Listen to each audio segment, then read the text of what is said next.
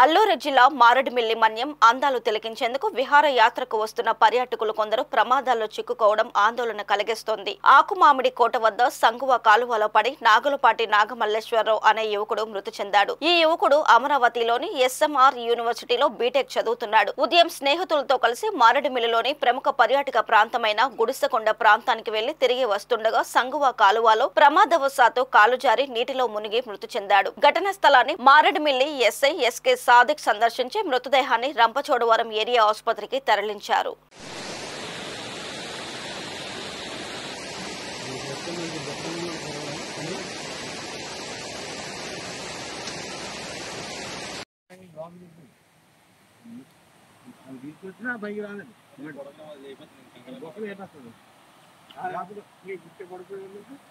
చెప్పడుకో నాకు చెమట కక్కేస్తాను.